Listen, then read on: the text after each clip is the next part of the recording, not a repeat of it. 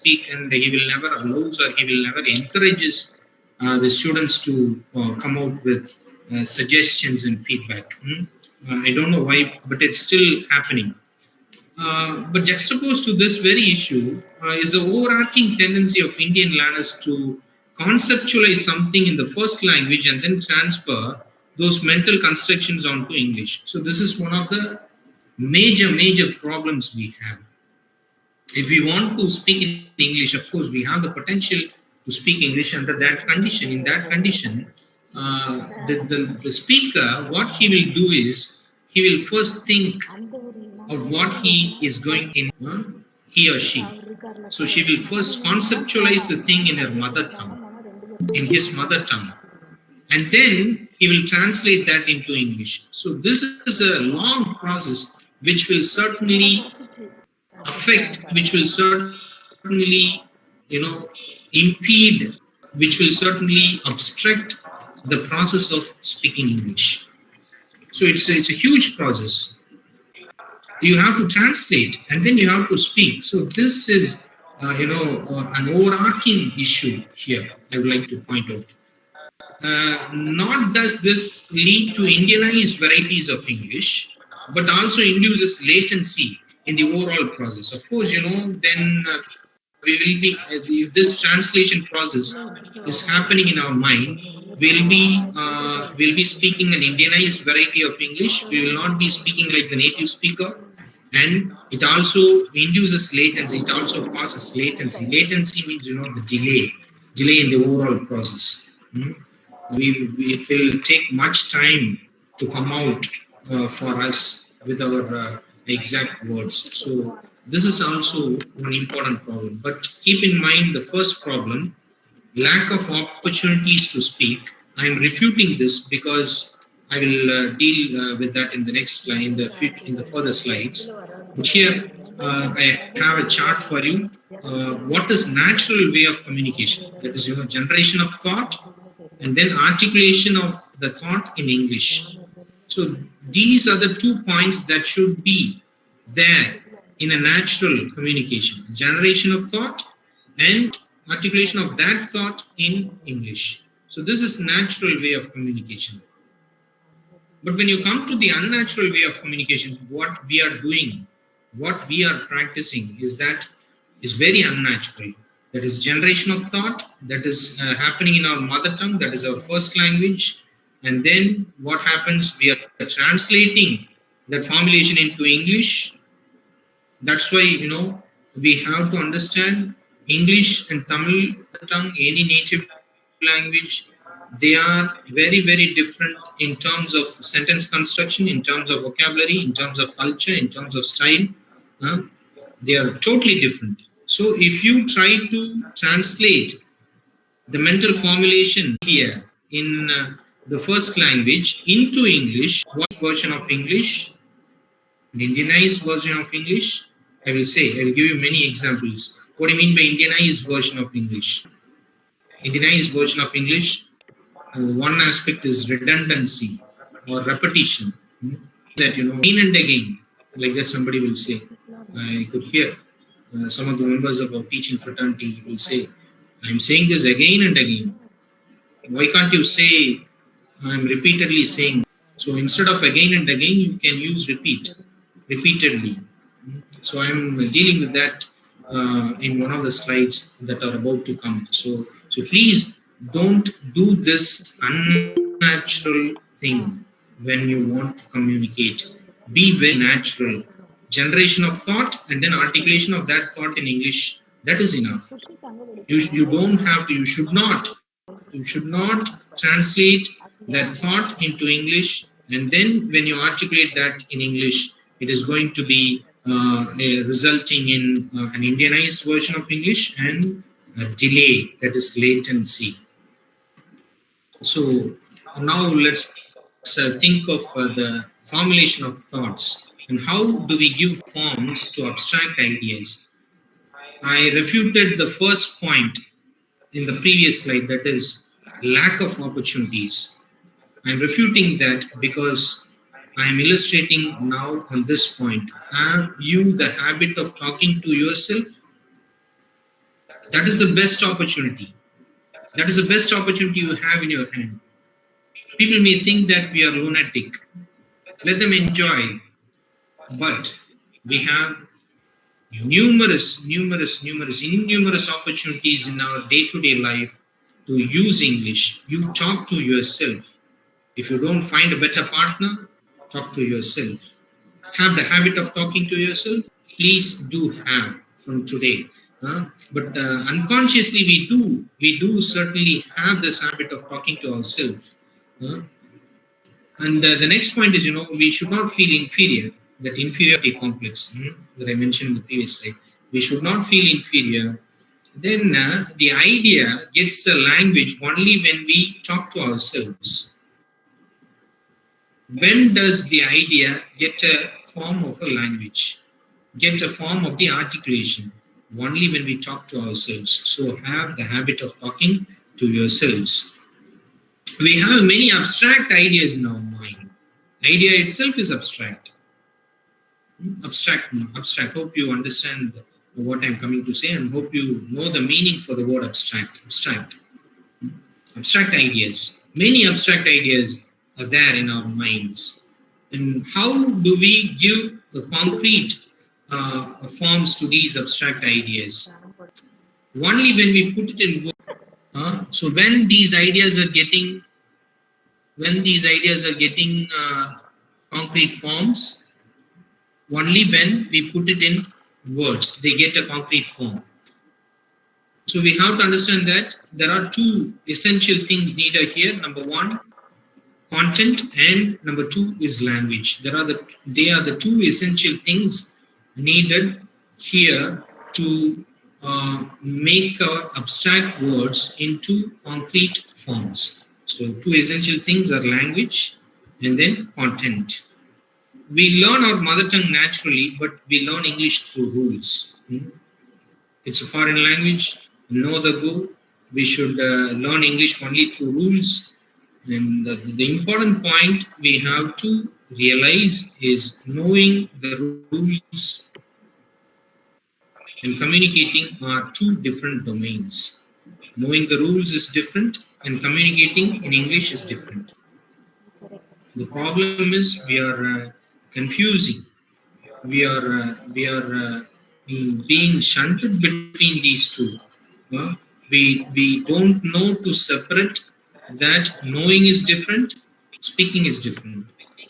We think speaking English is knowledge, but it's not knowledge, it is skill. Speaking English is not knowledge, it is simply skill. So knowing the rules is very different from communicating in English. Know the rules, you know the grammar rules, it's good and well, but you don't have to confuse that with your communication skills. So that's what I'm emphasizing here. Knowing the rules is different, and communicating in English is different. Knowing the rules in English grammar, that is different. Speaking English fluently is different. They are two different domains. Please don't a solid line between these two domains. Separate the two domains. Like, knowing the rules is different, communicating in English is different. So how to understand this is knowing and this is skill? How to differentiate this is knowledge and this is skill? And as I told you in the previous slide, content and language, they are mutually indispensable. Without content, there is no language, and without language, there is no content. If you want to get content, you have to think in your native language, then you will get content. And if you want to express that content, you should know one language. So while speaking, there is no room for thinking, there is no space for thinking. You should not give any space for thinking when you speak. If you give space for thinking, then you will start mumbling, then you will start blabbering. Please don't give any room, any space for thinking at the time of speaking. So please understand this. And then speaking English without thinking in our native language is a skill. We are speaking English, but we are not thinking in our native language. That skill we should develop. That is the most important skill we should develop. Learn communication skills for yourself. You yourself can learn communication skills. And nowadays, the entire world are at your palm top in the form of mobile phones, in the form of laptops. Everything you can understand, everything you can see, everything you can make at the disposal of yourself. You can learn communication skills. There are n number of YouTube channels, Facebook pages nowadays that concentrate on giving training for ESL learners, English as a secondary language learners. You subscribe to those pages. That will be highly useful for you. And then spontaneous speaking comes only when the knowledge on English becomes a skill. So when will I speak spontaneously in English? If the question comes to your mind, this is the answer. You already have knowledge on English. You already know all the grammar rules. And of course, in your BEd, you don't learn English. You learn how to teach English, if I'm not wrong. You don't learn the aspects of English, but you learn the aspects of teaching English. So you are already graduated. You are already a certified expert. You are already a certified knowledge possessor in your stream. If you are a science major student, you have studied English as part 2 for 2 years. So you are certified. If you are an English major student, you are a certified English graduate. So you already have that knowledge. What we have to do at this crucial juncture is we have to turn our knowledge into skill. So how to turn knowledge into skill? As I told you earlier, speaking is not a knowledge challenge. Most of us confuse. We often compare speaking English to, if a person speaks a good English, if a person speaks English fluently, then we consider him as a knowledgeable person. Please, there are people who don't know to read. Like in our place, like in our country, like in our state, whenever you are waiting for a bus in a bus stand, some person who is neatly dressed will come to you and ask whether the bus is going to that particular place, because he is not able to read. He is not aware of the scripts of our own mother tongue. So speaking is no way connected to our knowledge. Speaking English is not a knowledge challenge. Please understand, speaking English is not a knowledge challenge, but speaking English is a skill challenge. So speaking English will come fluently when you transform that knowledge on English into a skill. So speaking English is a skill challenge. It's a practice challenge. It's a skill that comes out of practice. All these footballers, before the game, before the match starts, why they involve in net practice? Why they do that? Why do they play that shots again and again? For perfection, to enhance their skills. So like that, we should practice, or we should enhance our skills by doing that again and again. So the difference between knowledge and skill is knowing is knowledge and doing is skill. And of course, now you will accept that knowing and doing are two different things. Knowledge and skill are two different things. Knowing is a different thing and doing is a different thing. And how to turn, now in this slide, I'm going to discuss a few important points. How to turn the knowledge on English as the skill needed. I'd like to tell is, please learning words. Please stop learning words. Hereafter, if you want to, if you are highly resolved in speaking English, or if you are highly resolved in enhancing your communication skills, from now on, please stop learning words. Some people will be there. You'll be always there with the dictionary. Spending most of the time with the dictionary is good, but there is no use in learning words. And start learning sentences from now on, from today. Start learning sentences. Stop learning words. Mechanical approach will not help. Mechanical approach. What's that mechanical approach?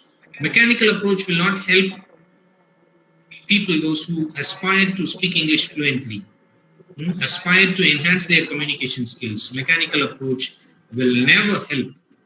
What is that mechanical approach? You take a vehicle. You take a vehicle, maybe a car, or maybe a van, or maybe any vehicle. A mechanic knows more about the vehicle than a driver. A mechanic knows more about the vehicle than a driver. A mechanic knows all the nuts and bolts of that vehicle. But the driver knows how to drive the vehicle. Is it very essential for that driver to know the nuts and bolts of the vehicle? I'm asking you. It is certainly not. It is certainly not the requisite of a driver to know all the nuts and bolts of the vehicle.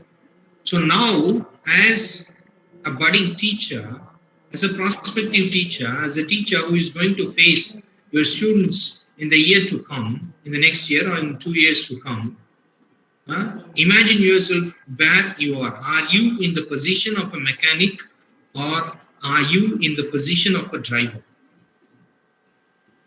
As far as my knowledge goes, we are in the place of a driver. We are going to drive the vehicle, and we are going to drive safely back to home. So that is our position. That is our situation. We are all speakers. We are all not linguists. We are all not grammarians. We are all just speakers of that language. We are all people, we are all aspirants, those who aspire to speak and communicate effectively. So we are all in the driver's seat. So a driver drives better than a mechanic. And now consider who you are. Are you a driver or a mechanic?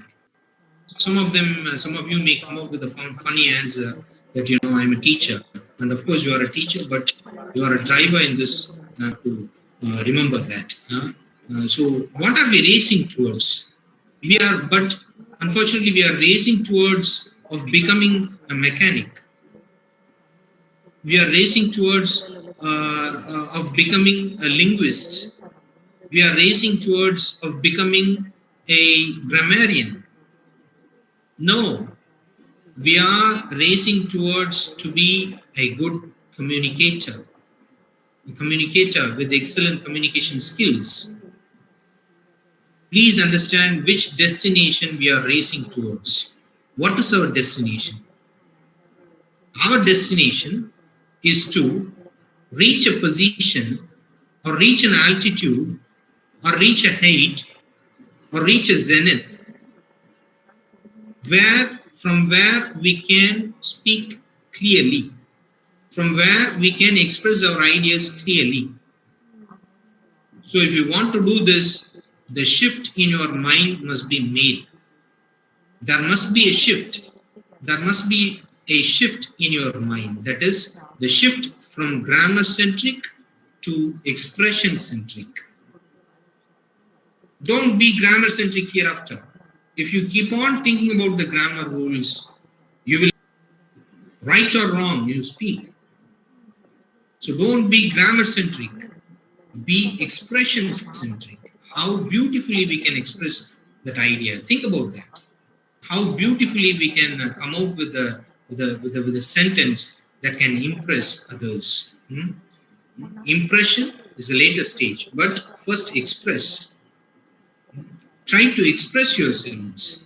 So be expression-centric rather than being grammar-centric.